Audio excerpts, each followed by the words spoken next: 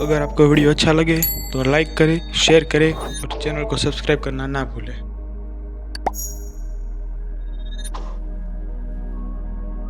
सुबह जुनून ट्रैफिक में फंसी हुई थी। आज मुंबई के रोड पर ट्रैफिक ही ट्रैफिक था, जैसे आज ही सबको कहीं जाना हो, या यूं कहे कि कुदरत का इशारा हो जुनून को रोकने के लिए। जुनून ऑटो में बैठे परेशान हो रही थी, क्योंकि आज उसका का दूसरा इंटरव्यू था और ट्रैफिक की वजह से जुनून को थोड़ा लेट हो रहा था। इसलिए जुनून ऑटो वाले को पैसे देकर फुटपाथ पर चलने लगी। Royal umpire. जुनून दौड़ते हुए कंपनी के अंदर चली गई और रिसेप्शनिस्ट के पास जाकर बोली, मैम, मैं यहाँ इंटरव्यू देने आई हूँ, तो आप बता सकती है कि इंटरव्यू कहाँ हो रहा है। रिसेप्शनिस्ट बोली, go straight and take left. Receptionist की बात सुनकर जुनून ने स्माइल करते हुए बोली, थैंक यू। जुनून इतना बोलकर जाने लगी। वही हसरत भी ट्रैफिक में फंसा हुआ था। हसरत कार में बैठे अपने आईपैड में देख रहा था। तभी हसरत का फोन रिंग होने लगा। हसरत उस कॉल को रिसीव करके कोल्ड वॉइस में कहा, मॉम, मैंने उस बात को पहले ही क्लियर कर दिया है कि मैं नहीं जाऊंगा और मैं आज बहुत बिजी हूँ, तो आप मुझे बार बार कॉल करके डिस्टर्ब मत कीजिए।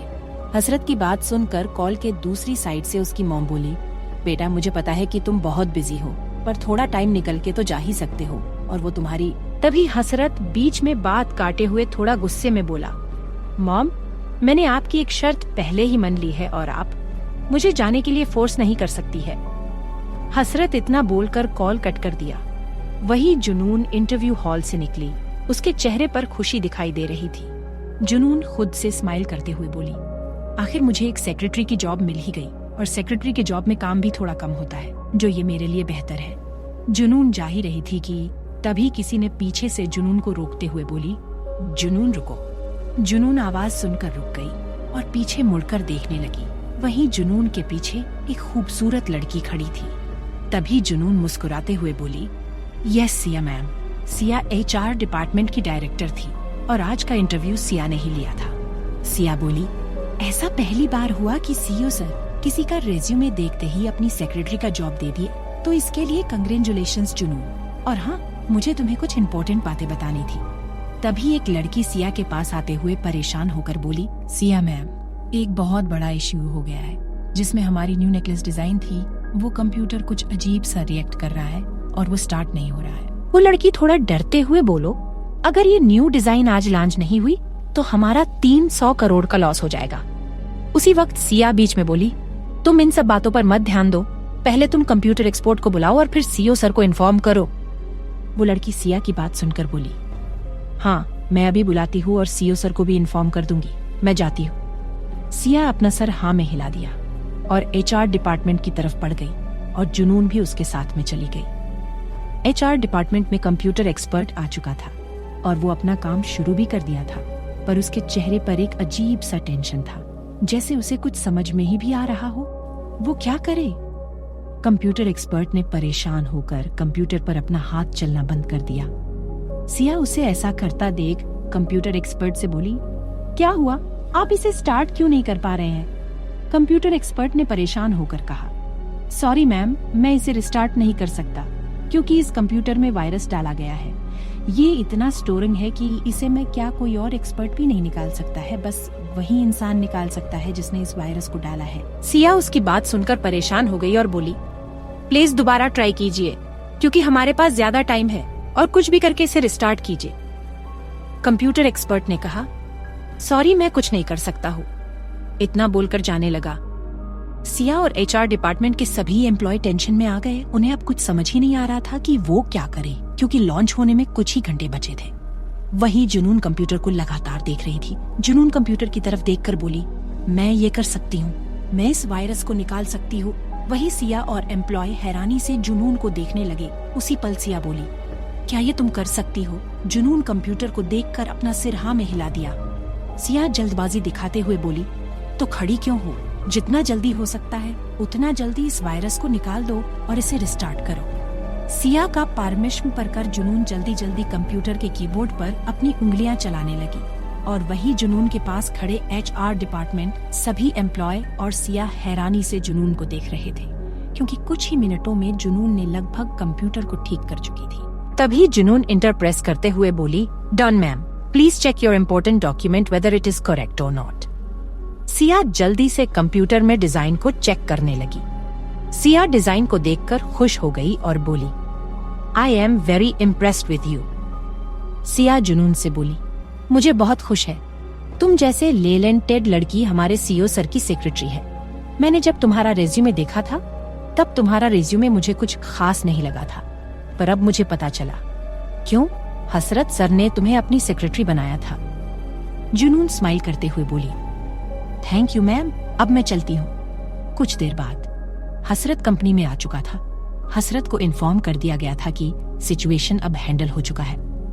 वही हसरत केबिन में हेड चेयर पर लीन था, जैसे वो कुछ सोच रहा हो। तभी हसरत लीन होते हुए ही बोला, तुम अपनी गलत का सजा भुगतने को तैयार हो जाओ मिस जुनून सिन्हा। तभी हसरत अपनी रिस्ट वॉच को देखकर किसी को कॉल लगाकर कोल्ड वॉइस कहा, टाइम हो गया है, डिजाइन को लॉन्च करो। अगले दिन जुनून कंपनी में पहुंच चुकी थी। जुनून ने व्हाइट कलर की शर्ट और ब्लैक कलर की पैंट पहनी हुई थी, जिसमें वो बहुत खूबसूरत लग रही थी। जुनून लॉबी में खड़ी किसी से बातें कर रही थी। तभी जुनून किसी को समझाते हुए बोली, यार रूही, मैं सच बोल रही हूँ, मैं तुम्हें अभी लेने नहीं आ सकती क्योंकि मैं अपने जॉन पर हूँ। जुनून की बात सुनकर दूसरे साइड से रूही खुशी से बोली, कंग्रेचुलेशंस मेरी सोलमेट, तुम्हें जॉब मिल गई तो इस बात पर पार्टी बनती है।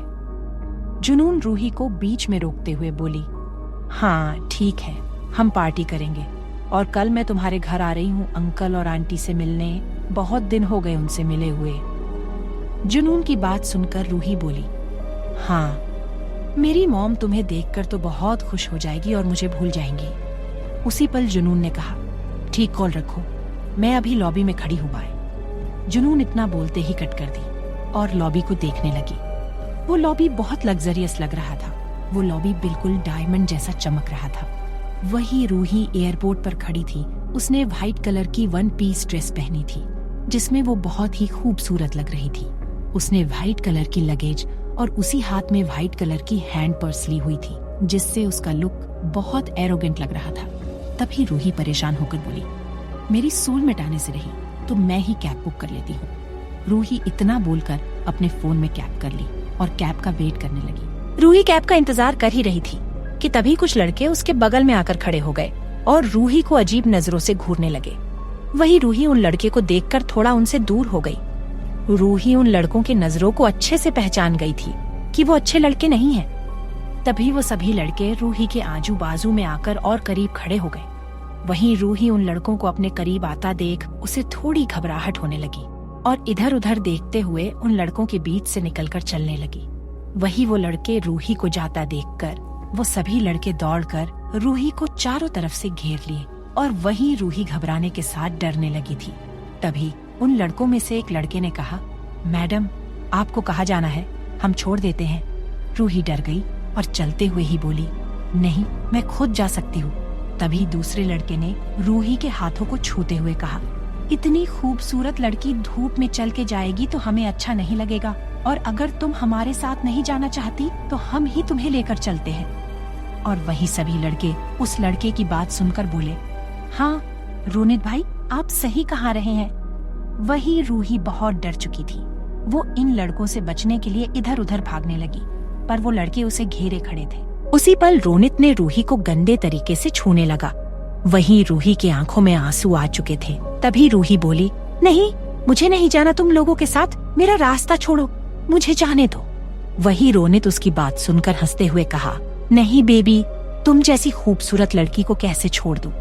रोनित इतना बोलकर रूही के बहुत करीब आकर जबरदस्ती किस करने की कोशिश करने लगा। वही हसरत कंपनी में दमदार तरीके से एंटर करता है। वही हसरत को देखकर चल रहे सभी एम्प्लॉयर अपने जगह पर ठहर गए और अपना सिर झुकाकर गुड मॉर्निंग विश करने लगे। आज हसरत के साथ वीएन और एजे नहीं आए थे क्योंकि वो दोनों किसी को ढूंढने में बहुत बिजी थे। हसरत लिफ्ट की तरफ बढ़ने लगा। वहीं जुनून देख ही रही थी कि तभी सिया उसके पास आते हुए बोली, जुनून तुम यहाँ पर क्यों खड़ी हो? सीईओ सर कंपनी में आ चुके हैं। अगर तुमने थोड़ा भी लेट किया तो हसरत सर जॉब से निकल देंगे, तो जल्दी जाओ। जुनून सिया की बात सुनकर दौड़ते हुए लिफ्ट की तरफ बढ़ गई। वही हसरत लिफ्ट के पास खड़ा था। तभी जुनून हसरत के पीछे आकर खड़ी हो गई।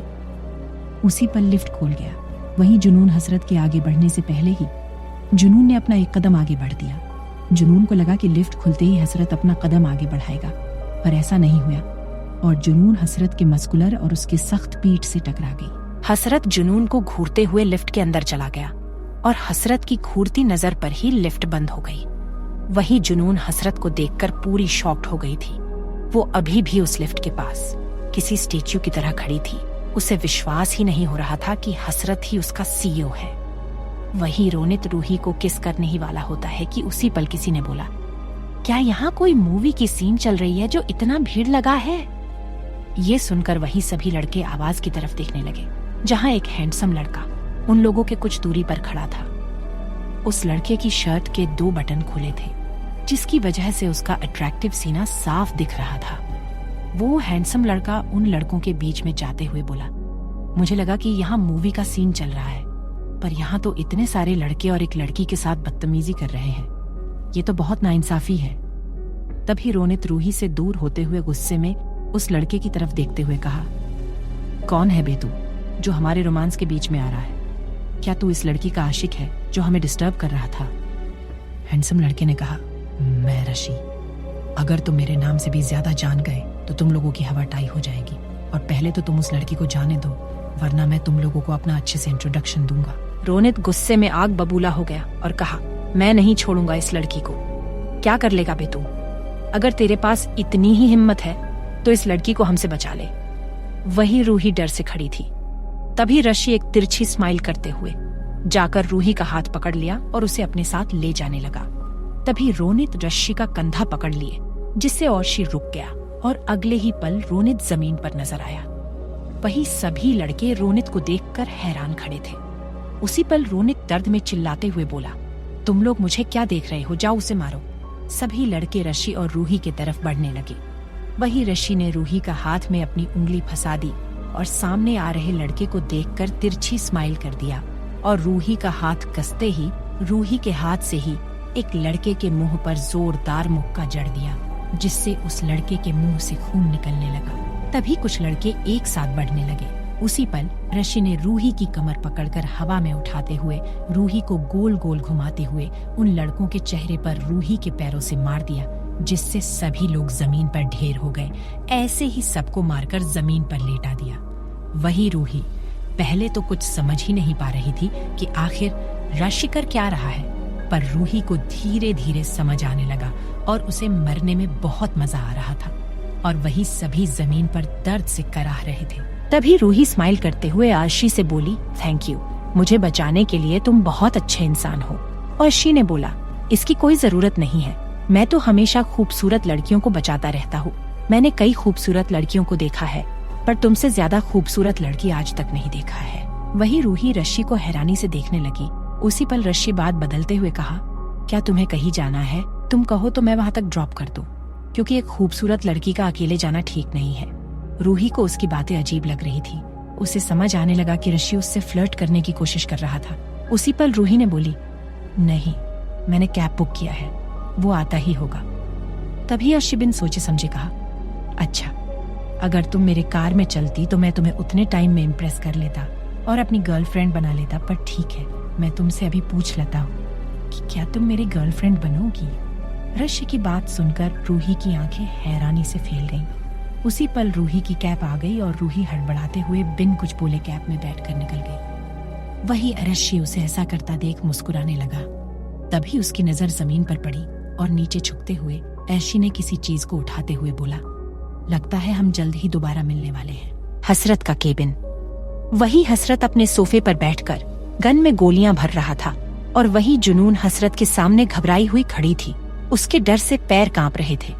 जुनून डर से हकलाते हुए बोली, सॉरी सर, मुझे कल आपसे बदतमीजी नहीं करना चाहिए थी, और मुझे नहीं पता था कि आप रॉयल एम्पायर के सीईओ हैं, वरना मैं इस कंपनी में नहीं आती।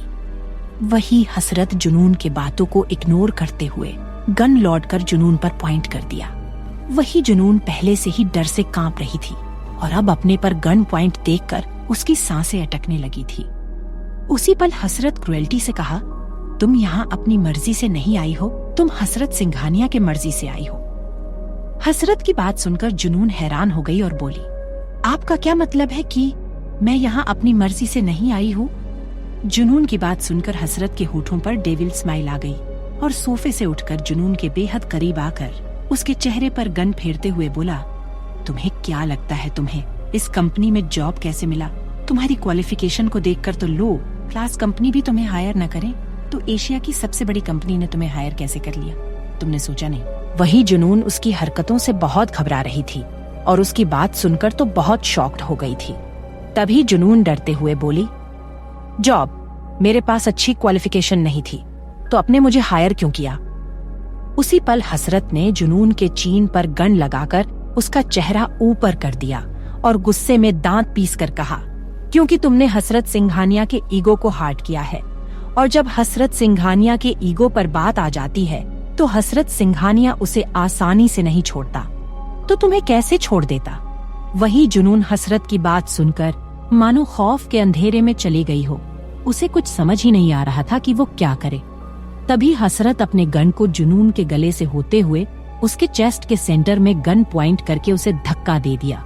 वही जुनून हसरत के ऐसा करने से वो कुछ कदम पीछे हो गई और वहीं हसरत जुनून के चेहरे पर डर देखकर उसके चेहरे पर एक एविल स्माइल आ गई और केबिन में रखी सभी फ्लावर पॉट को एक एक करके शूट करते हुए क्रूएल्टी से कहा, तुम हर रोज इसे भी भयानक चीजें देखोगी। हसरत कोल्ड वॉइस में आगे कहा, तुम यहाँ से भागने की सोचना भी मत, वरना मैं तुम्हारी जिंदगी बर्बाद करके रख दूंगा। हसरत टेबल से एक फाइल उठाते हुए जुनून के मुंह पर फेंक दिया और कहा, अगर तुमने गलती से भी यहाँ से भागने के बारे में सोचा तो उसे पहले इस कॉन्ट्रैक्ट को देख लेना। जुनून हैरानी से कॉन्ट्रैक्ट की उठाकर देखने लगी। जुनून उस कॉन्ट्रैक्ट को देखकर शॉक्ड हो गई और बोली, क्या इस कॉन्ट्रैक्ट के रूल सही नहीं है? इसमें तो लिखा है कि अगर मैं यहाँ से भागने की कोशिश करूंगी या फिर इस कॉन्ट्रैक्ट के मुताबिक 3 साल पूरा होने से पहले इस कॉन्ट्रैक्ट को तोड़ा तो मुझे 50 करोड़ देना होगा। और इसमें तो भी लिखा है, आप जो कहेंगे जहाँ कहेंगे जाने के लिए बिना कोई साल किए जाना पड़ेगा। ये कौन सा रूल है? मैं इस पेपर पर साइन नहीं करूंगी। जुनून की बात सुनकर हसरत ने कोल्ड वॉइस में कहा, तुम्हें इस पर साइन करने की जरूरत नहीं है क्योंकि तुमने इस पेपर पर पहले ही साइन कर दिया है और मुझे नहीं लगता है कि तुम यहाँ से भागोगी क्योंकि ये कंपनी तुम्हारे लिए लास्ट ऑप्शन जॉब पाने के लिए है। वही जुनून हसरत की बात सुनकर हैरान खड़ी थी। उसी पल जुनून बोली, आपको कैसे पता कि ये कंपनी लास्ट थी और मैं इस पेपर कब साइन किया? हसरत अपने सख्त आवाज में कहा, तुम्हारी क्वालिफिकेशन देखकर तो कोई भी बता सकता है और रही तो तुम्हें याद ही होगा कि सिया ने तुम्हारी इंटरव्यू लेने के बाद ही इस कॉन्ट्रैक्ट को तुमसे साइन करवा ली थी। जुनून मन में सोचने लगी कि उसने उस कॉन्ट्रैक्ट को क्यों नहीं पढ़ा, वो बिना को हो इस पर साइन कर दिया और जुनून अपने मन ही मन खुद को बेवकूफ भुला रही थी। तभी हसरत का फोन रिंग होने लगा जिस पर एजे फ्लैश हो रहा था। हसरत उस कॉल को पिक करते हुए बोला, किसने किया था? दूसरी साइड से एजे ने कहा, बॉस, उस कंप्यूटर वायरस को आपके पुराना दुश्मन निहाल ने किया था और वो आपसे बदला लेने आया है। हसरत उसकी बात सुनकर कॉल कट कर दिया और एक डेविल स्माइल करते हुए जुनून की तरह देखकर उसकी मुस्कुराहट और भी भयानक हो गई, जैसे हसरत के दिमाग में कुछ भयानक चल रहा हो। आगे जानने के लिए सुनते रहिए क्रूएल्टी ऑफ माय CEO।